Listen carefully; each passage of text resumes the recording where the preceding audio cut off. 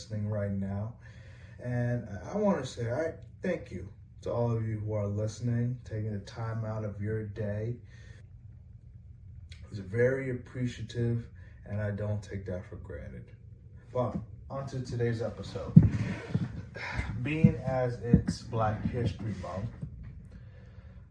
I decided for the entire month that I would speak on a African American historical figure that played a profound role in American history.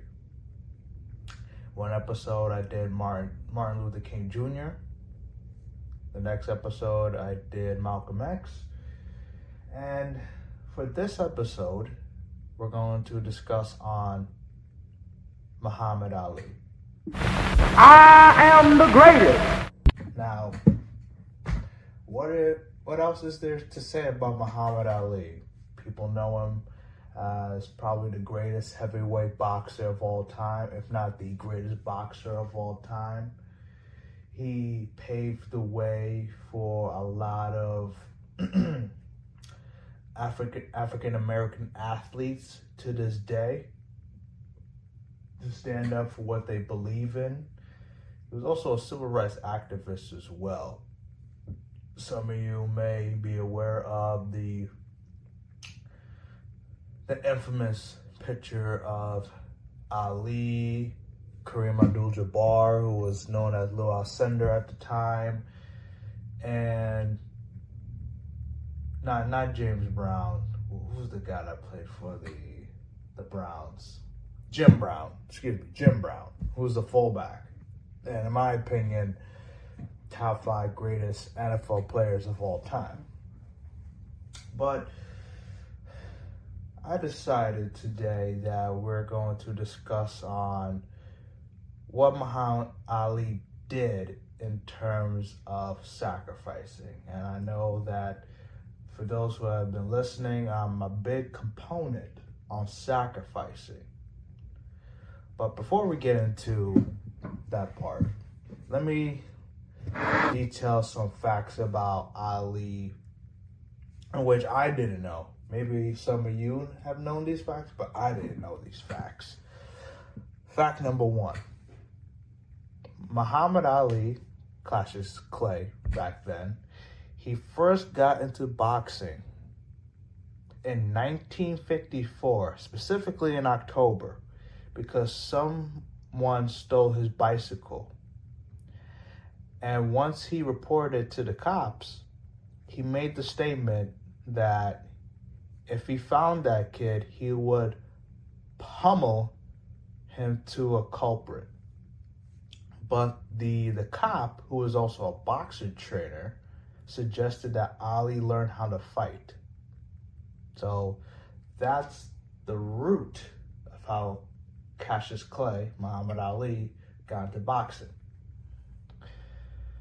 Fact number 2, he was named after a white abolitionist. Crazy.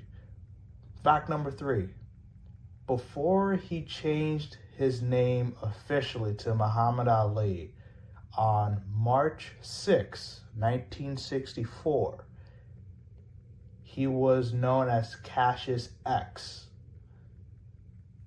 because, again, he converted to the Muslim religion, and you should know about Malcolm X, so hence Cassius X.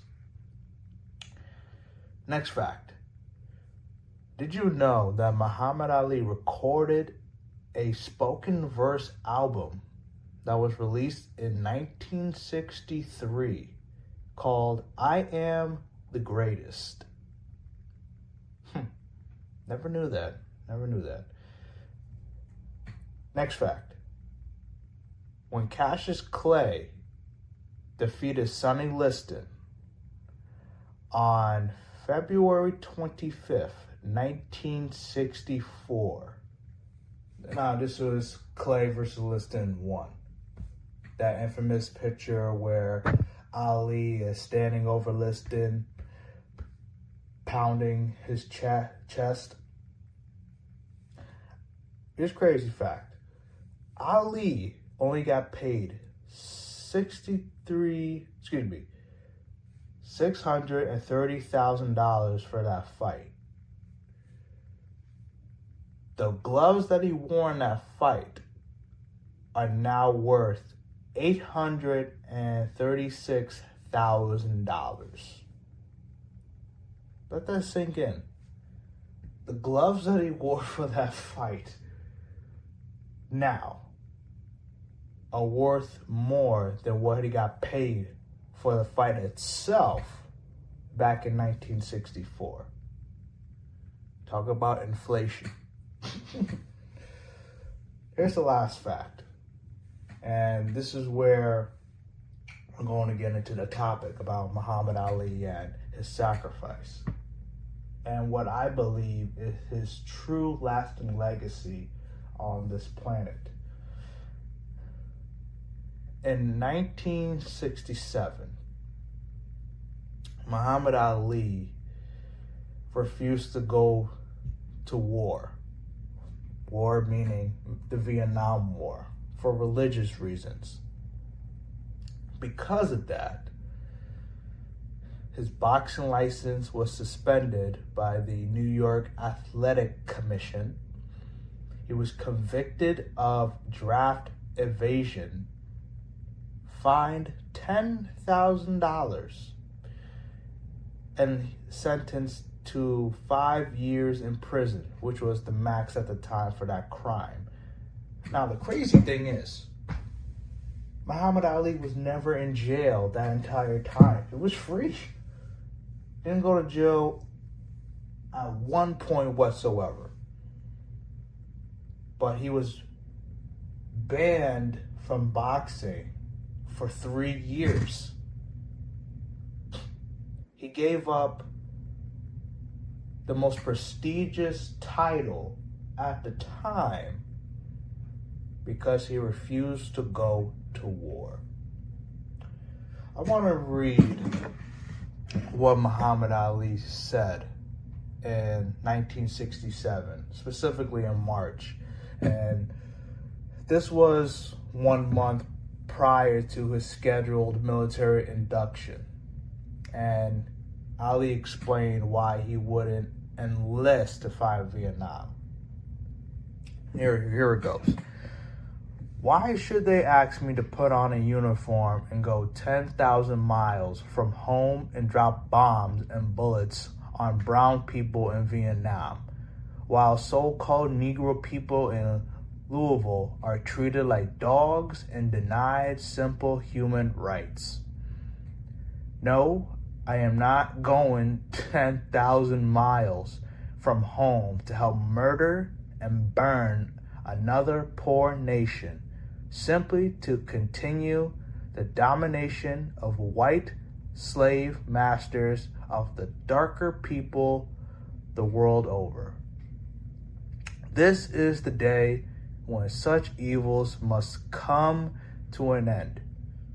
I have been warned that to take such a stand will put my prestige in jeopardy and could cause me to lose millions of dollars, which should accrue to me as the champion. But I have said it once, and I will say it again. The real enemy of my people is right here meaning in America. I will not disgrace my religion, my people, or myself by becoming a tool to enslave those who are fighting for their own justice, freedom, and equality. If I thought the war was going to bring freedom and equality to 22 million of my people, they wouldn't have to draft me. I'd join tomorrow. But I either have to obey the laws of the land or the laws of Allah. I have nothing to lose by standing up for my beliefs, so I'll go to jail. We've been in jail for 400 years. Wow. And then Ali, he made the infamous quote during that time when he said, "No Viet Cong ever called me nigger."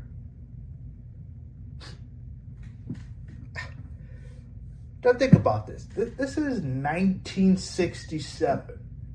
3 years after the Civil Rights Act had become official.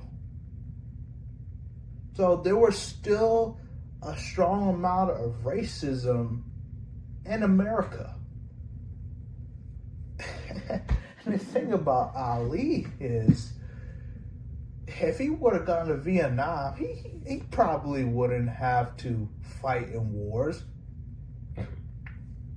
They would have made him an entertainment act, just fight exhibitions, because he was Muhammad Ali. Imagine if he was actually on the battle line and he got killed. Huh. America would have been crucified during that time. But Ali realized that if he went to Vietnam, if he were to enlist in Vietnam, then many African American boys would have joined the military as well, or would have went to war. And Ali wasn't about war. Ali was about peace. He just wanted the same treatment for black people. And going to war does not help whatsoever. That dude sacrificed 3 years of his prime, because he stood up for what he believed in. And he probably did lose millions of dollars. That's unbelievable. That's what true sacrifice is. And eventually he came back in 1970 and he won a fight via knockout. But man, let's talk about this quote real quick towards the end. Last clause. So I'll go to jail. Let me start here. I have nothing to lose by standing up for my beliefs. So I'll go to jail. We've been in jail for 400 years. What? Because you see, I can speak as a black guy, where there are times where in certain situations you don't feel free. From the standpoint of, say you go into a grocery store. I've done this many times. I got a black hoodie on, and no, it has nothing to do with Trayvon Martin. I don't want to hear about him. Where I have a black hoodie on, have some sweatpants on, got my hands in my pocket, just minding my own business. And I can sense that people are keeping an extra eye out on me. Now, can I say that they're keeping an eye out on me because it's their job, or they're keeping an eye out on me because I'm black? I don't know what those people are thinking. But I can tell you that from the moments where I have my hoodie up, from the moments where I don't have my hoodie up, and from the moments I don't have my hands in my pocket, from the moments I don't have my hands in my own pocket, there's a huge level of discomfort between the two. And another example when I'm driving on the highway, whether it's I-95, Route 7, Route 8. Every time the police sound the alarms, whether I'm going the speed limit, whether I'm obeying the law, there's a level of nervousness that takes over my body simply because I'm black. And because I've seen numerous videos, we don't need to get into, where black people, they do what the cop says and they still either die or they get beat up. That's what Ali is talking about. Just because you're not in jail doesn't mean you're free. He knew that better than anybody. But the point is, that man was willing to sacrifice for what he believed in. He could have said, you know what? I want to get paid. I'm not going to war. As I said, he probably would have been an entertainment act. Just get it over with. I know he said, I'm not going to war. And he makes a good point. The Vietnam people, they ain't do nothing to him. And just off topic, America, they wanted to go to war. When JFK was in office, he was taking the troops out of Vietnam.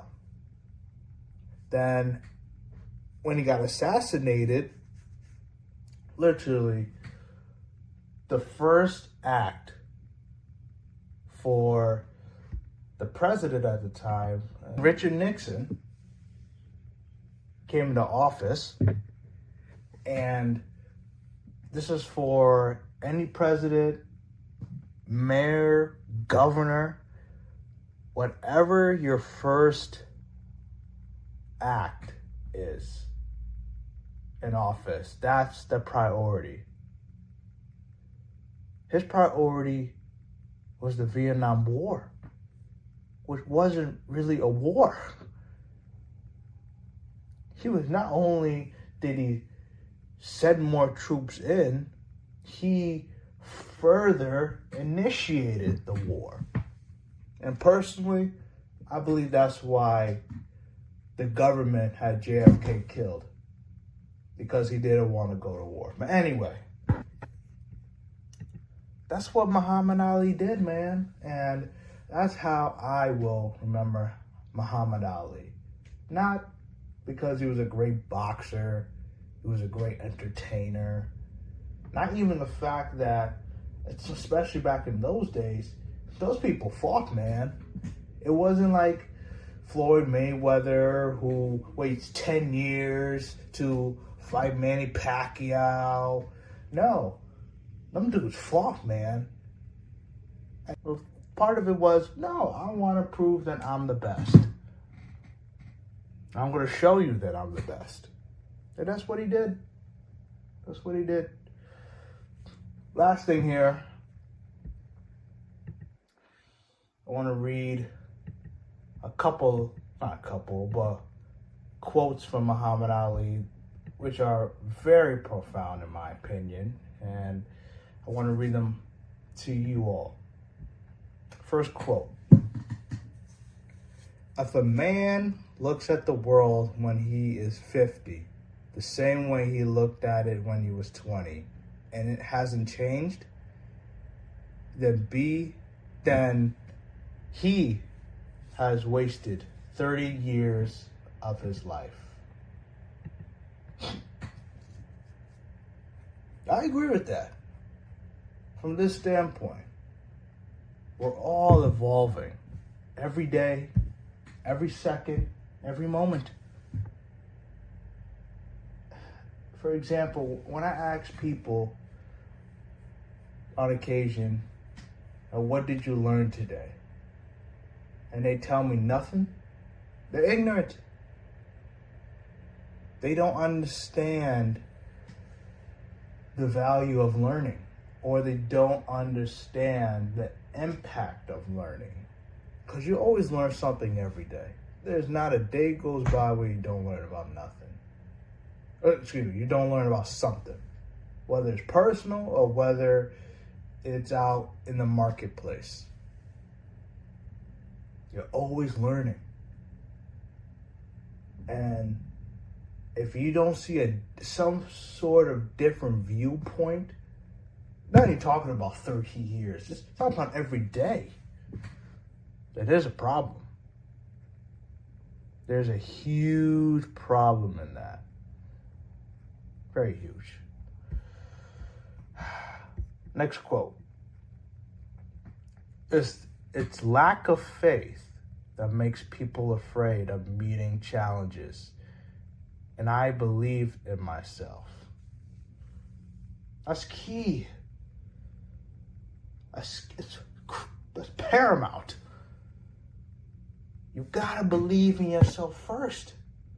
And whatever you do, you can't depend on people to hype you up, to gas you up, to ignite a fire in your rear end, to go do something inspiring, to make a change in the world. It's got to start with you. And if you don't believe in yourself, then nobody's going to do it for you. Here's another quote, similar to what I just read. Life is a gamble. You can get hurt, but people die in plane crashes, lose their arms and legs in car accidents. People die every day. Same with fighters. Some die, some get hurt, some go on. You just don't let yourself believe it will happen to you. And that goes back to faith and not having fear. Because I don't think, at least as a society, we realize that literally anything can happen to us one day. Literally right now, as I'm speaking to you, I could drop dead on the floor for whatever reason. That's just reality. Ain't to talk dark or evil or be negative. That's a fact of life. Anything can happen at any moment. And I wouldn't use the word gamble, but I would take the word gamble and replace it with journey. Life is a journey. Because on a journey, you're going to go through different obstacles, different roads, different detours, roadblocks on your journey. And during that journey, you gotta believe in yourself. You gotta have faith in yourself.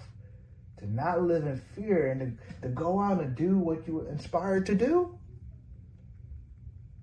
You know, I know probably a handful of people that I'm thinking of right now who live in fear of doing what they truly want to do.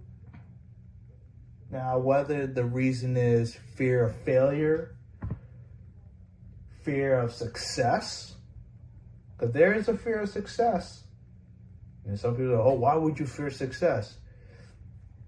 Fear of success from the standpoint that if you do become successful, that individual will allow the success to change them from who they were. Fear of success. Muhammad Ali understood that no matter what happens, in my life, I'm going to live my life the way that I intended to live. Now, that does not mean you go out to strip clubs and do all those sinful things. That's not what I'm saying. I'm saying if you want to go to Ireland because you fancy the country, go. Enjoy that, have that experience. Because you genuinely don't know if you'll have another opportunity or just have an opportunity in general. Just do it. As the Nike slogan states, just do it.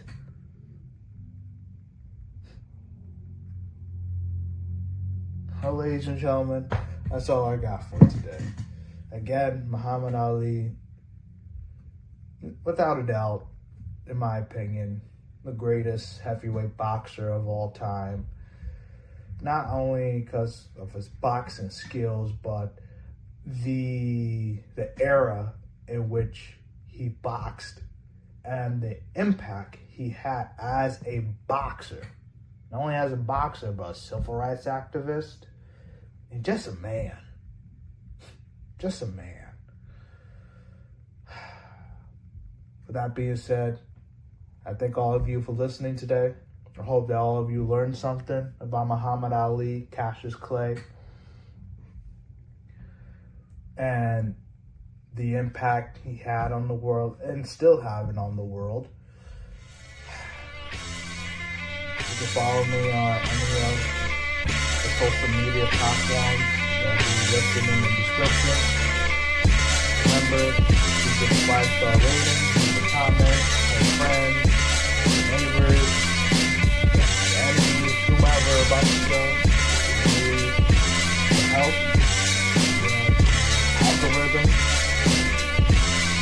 With that being said, stay blessed and stay well balanced.